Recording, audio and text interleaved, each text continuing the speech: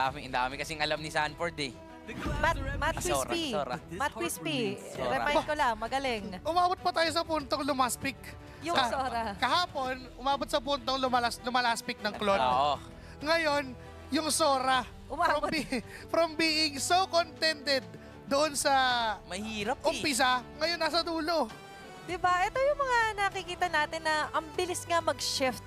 That's why you wouldn't want to make kung sakali masaset mo agad in motion. And now that we're set, duck in na ang heroes for our teams. It's on all one, but who will get the first match point pagdating sa semifinals natin onto the lower bracket? Sabay-sabay nating alamin. Casters, kayo na to. Whoever gets this game, match point, isa na lang ang kailangan para tuldukan ng serye. Pero ngayon, sino ang raride sa momentum na yon? Alter Ego Esports or Team Liquid Philippines? Dito natin makikita kung magtutuloy-tuloy nga ba. Ito natin tutuldukan. Tayo Pero, mananalo dito. Oo, yun na yun. Kwento natin to eh. Pero, simulan na natin muli ang kwento ng laban dahil okay na, nag-resume na ulit. Tingnan mo naman yung ginagawa ni Alec tsaka ni Hijumi.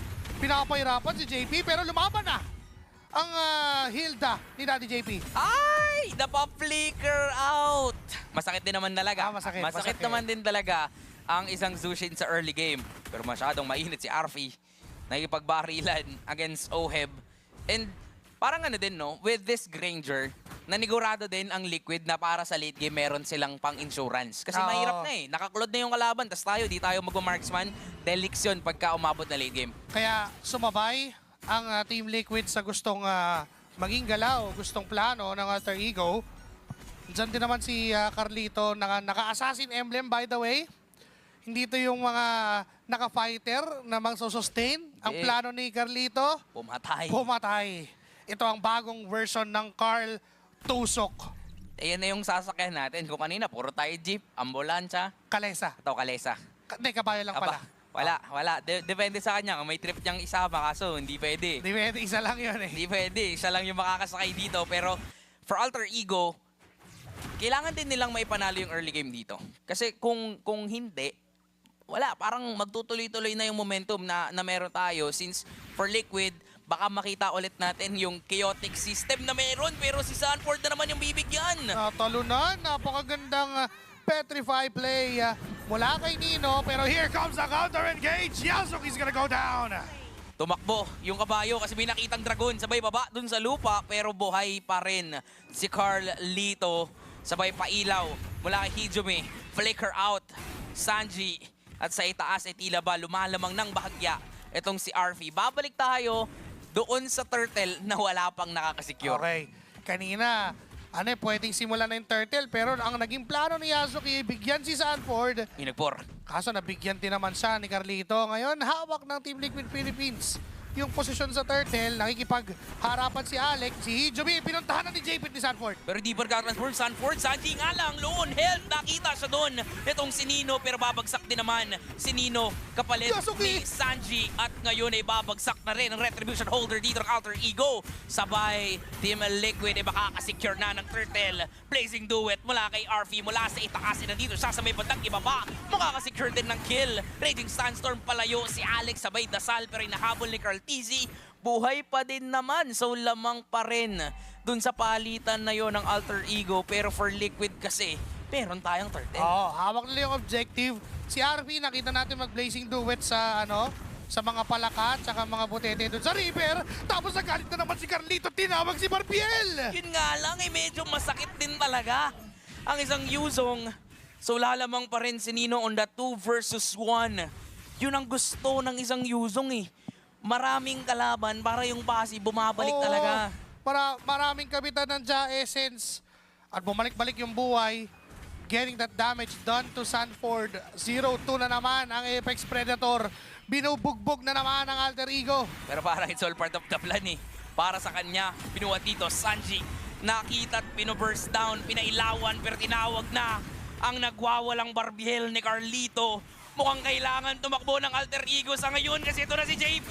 Kung sinong makita is pwedeng bigyan pero nanaka pa rin. Blazing duet at mabibigyan din, mamamatay si JP pero Sanford na makakasecure din naman ng kill. 1 for 1. Papabor yun sa Liquid. Tingnan mo naman si Carlito. Biglang pupuntahan yung purple buff ni Yasuki. Wala kayong jungler? Di akin na to. Kunin ko na yan. Wala na kayong purple buff at nahihirapan si Yasuki ngayon. Nakita tayo na meron siyang mga setups pero in compare with the recent performance and yung mga galaw niya, KDA niya dun sa mga recent games. Di ba parang hindi dapat ganito para kay Yasuki. Kasi si Yasuki, pag hayangay siya, mas maganda yung laro ng AE. Pero wait lang, RP. Diyan na si Carlito. Delikado ka na, boy! Binaril pa ni Oheb. Carl, kaya ko na to kahit di ka tumulong. Pero thank you na rin. At nandyan ka. Pero yung turtle ay hawak na ngayon ng alter ego. Si Cartesi hindi pinapaalis ni Alec. Biglaan niyang sinabi dito ka lang, hindi ka darating doon, hindi ka aabot doon. Nag-dragon na rin itong si Nino. Libre na yung turtle for alter ego. Makukuha ng AE yung turtle. For Liquid naman, nakasecure tayo ng kill doon sa may bandang itaas against RV. Yung lead ay nasa kamay natin at nag-iinit na naman. Kapag may ulti, talagang gagamitin, pipindutin lang mula dito kay Carlito. Sabay rekta na naman dun sa orange. Patay na naman si Yasuki. Kaya yung orange buff ay makukuha. Sabay, out na lang din ni Hijumi kasi inaatake siya dito ng Liquid. At mukhang unti-unti nang nakukuha ng Liquid ang groove. Blazing Duet, ginamit, sabay BMI out. At nandito rin si Alec para tulungan ang nahihirapan na si RV on top. Liquid right now is slowly but surely taking control dito sa larong ito. Si Carlito nagiging go signal eh. Pag tinawag na si Barbiel, sige, sugod! Laban! Ganun yung ginagawa ng Team Liquid eh. At si JP naman, pag may nakita siya na isang pwede, kanina nga nagulat ako, hindi na nakatalon si Yasuki. Isang power of wilderness, bang, stun, micro stun. Tapos nung tinawag si Barbiel, nawala na si Yasuki. Nabura na sa isang iglap lang. Pero dito sa taas, may gustong burahin yung Torre. Gustong kunin ng Team Liquid. Pero pinoproteksyonan pa rin ng alter ego. So dikit pa rin naman yung laban natin dito. Pwedeng magkaroon ng aksyon dyan sa mag-i-spawn na turtle. Okay. Magagaling sa taas yung Team Liquid. Nandiyan si Oheb, napatipi out na si Sanford, Carl TZ. Grabe si Carl, no? Pag may ulti. O Barbiel, liga na dito. Gusto lagi, nakakabayo eh. Para mas mabilis, no? Ayaw na naglalakad eh. Tamad maglakad si Carlito. Kanina kasi may e-bike. Oh. May portal. Ngayon may kabayo na. Kinabayo na ngayon ni Carlito. 13 seconds for this turtle. Hindi pa nga yun yung plano. Clear muna ng mid. Sanford sa baba. Sa taas may laban. Blazing Duet. Napilitan. Napilitan mag-Blazing Duet to si RP. One hit na lang pero hindi pa inabutan. Hindi ba enough yung damage ng bala nitong si Oheb? Pero parang okay lang. Nandito si Hijome. Tutulungan. Itong si Alec. Sabay takbo ni JP. Mababalibag pabalik. Pero okay lang kasi nasa damo. So may lakas pa rin naman itong Hilda ni JP. At yung turtle makukuha na ng Liquid kasi yung mga gulo sa taas. Diversion lang yan kasi kinukuha nga yung bigger objective ng Liquid. Ito si JB biglang nang pagpasok sa damo, crossover eh. Left, right. May sariling basketball court dun sa loob. Ay, hindi. Plinashlightan kasi ni Jume.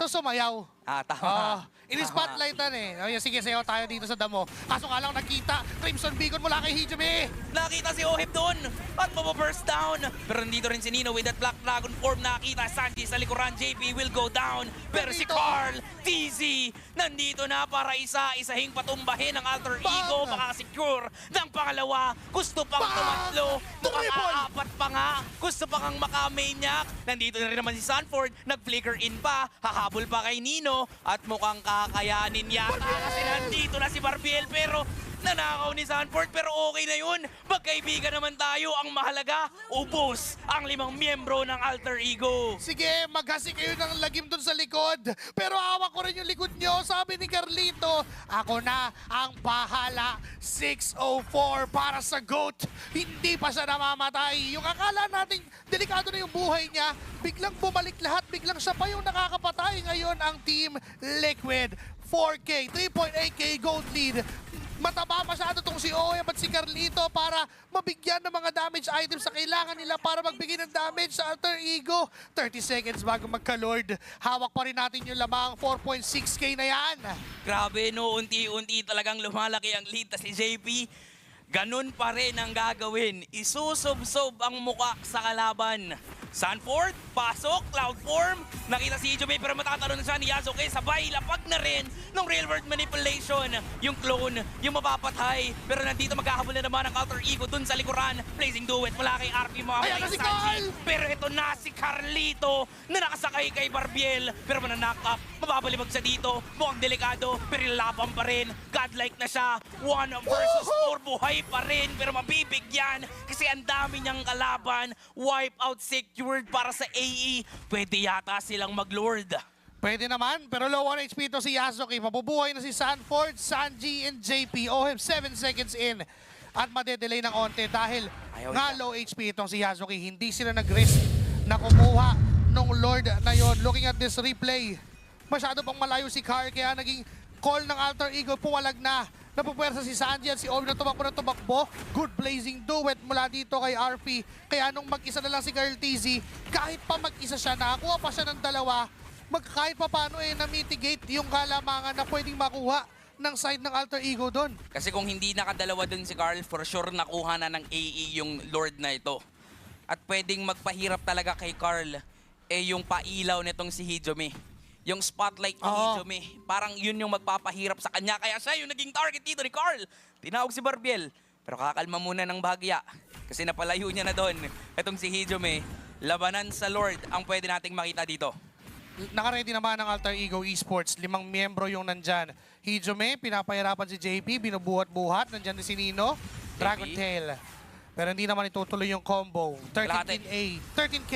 HP, 9K. Nandyan si Carlito. Labanan na lang yata ng Red 3. JP, first down. Yung likod ng Team Liquid ang target dito ng Alter Ego. At si OHIP ay nahihirapan. Carl TZ will secure another kill. Killing spree na rin si Nino pero dalawa na rin na masesecure.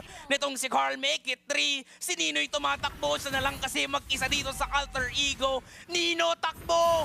Mag-isa ka na lang, Nino! Tinawag pa si Barbiel kaya nadagdagan pa yung kakampi ni Carl. At pwede nang kunin ng Liquid yung Lord. Wipeout after wipeout after wipeout. Pero Team Liquid, nasa kanilang huling halakhak dahil yung wipeout na bitbit nila ay may kasamang Lord pala. And it's Team Liquid. Carl TZ riding on Barbiel. Nakita na natin kung gaano kasakit yung damage pero paulit-ulit pa rin nilalabanan ng Alter Ego. Nangigigil na kasi si Si Kuya RP! Carl. Naku, si RP sa may silip, biglang namura. Biglang nawala. Pero mamamatay din naman si Carl TZ doon, pero parang okay lang. Gigil na gigil. Etong young goat na si Carl TZ. Alter Ego, paano nila sasagutin si Carl mamaya? Kahit mismo tayo nagugulat, bigla-biglang yung life choices ni Girl TZ pag nakakita ng kalaban. O, laban! O, laban o! Laging ganun eh. Kahit, lalo na kapag mag-isa, tatawagin niya lang yung kabayo niya, game na eh. Yun lang yung choice. Oh. Laban lang. Walang bawi, walang takbo. Lahat ng choices, letter A, laban. Letter B, laban. Letter C, laban. Letter B, all of walang the B, above, laban. Ganun yung gusto niyang gawin eh. Kasi alam niyang may damage siya. Alam niyang kaya niyang mag-sustain. Nabuo pa na nga niya yung kanyang Malefic Roar. At alam mo, ganun nakasakit kasi may penetration pa by Lord on the bottom lane. Kaso nga lang hindi ganun ma-maximize ng Team Liquid. Nandyan si Sanford, si OHIP. Pwedeng sumet up, Cloudform ultimate. Pero wala naman siyang tatamaan doon. Tuloy lang sa pagdepensa ng Lord ang Alter Ego. Yasuke, no sir! Tapos na uli sa boundary ng RWM! Winter Crown na nga lang din. Sanford dito. Nandun yung damage din. Pero yung gitna, punteriya din ni JP at ni Carlito. Hinahanap nila. Ayun, nakita ni Carl. Eto si Alec. Masyado kang makulit boy ha. Meron na akong kabayo ngayon. Mukhang digidig. Skateboard lang yung meron ka. Mas mabilis to boy. Napanasal pa nga. Sabay layo. Hinahabol pa rin. Masyadong mainit talaga. Si Kuya Carlito. Tutulong si OHIP. Saan? Bang! Kaliwa kanan, lahat yan namamatahan. Alam ng Team Liquid saan ka dadaan. Ibang klase talaga. Yung chemistry na meron dito ang Liquid at si Yasuke na naman. Si Yasuke na naman pahihirapan dito. BMI! Pero okay lang. Papa-first down ka pa rin dito. Sabay. Si Carl TZ na naman ay dadating with his horse. Ngayon, dalawa yung wala. No sir, tatlo yung wala sa Alter Ego. Kaya ba? Nakapata sa base ng Alter Ego ang RWM. Liquid. Ginamit pa yung real world manipulation. Tinawag na yung Dragon. Mukhang si Nino lalaban para dumipensa. Tinawag din yung kabayo ni Carl. Lalaban sila. Walang aatras. Torres sa baba. Yun na lang yung next target. Mabubuhay mga members dito ng Alter Ego. Atras ang Team Liquid. Okay na sila sa nakuha nila doon. Ngayon lang ako nakakita ng Dragon na takot sa kabayo. Men, ngayon lang tayo makakita nun. Parang oo nga, no? Bakit natatakot yung Dragon sa kabayo? Hindi ko alam. Siya lumilipad. Ang laki niya. Yung kabayo, ang problema yung kabayo, may taong nanunusok na nakasakay. Oo. Doon pala yun pala. Parang doon ka matatakot Oo. kasi si Carlito na yung nakasakay eh. Oh, may makikita kang kambing na nakasakay sa kabayo. Mahirap Oh, yun. nakakatakot yun. Nakakatakot na talaga Tapos yun. nanunusok. Di ba? Oh. Galit na galit eh.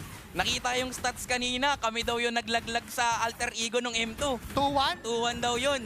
O, gawin ngayon, natin naka-1 na. 2-1 ngayon. Diba, tingnan natin kung ano mangyayari dito. Cloud form na naman. At yung Lord masesecure na ni Carlito, tinawag din yung Dragon. Si Oheb, ha? Pero may merong gagamitin dito na Blazing Duet. Pero kanya-kanyang laban na naman yung nakikita natin dito. Pero bagsak si RP at si Alec ay wala. Kapalit lamang ng buhay. Ni Oheb? Carl Easy. Oheb, nag-pop yung immortality. Delikado yata. Doon si Oheb, nabigyan na nga, pero okay lang to para sa Team Teka lang, Liquid. May Yung Lord. magulong laban, parang papabor pa sa kanila, pero nag-Crimson Beacon.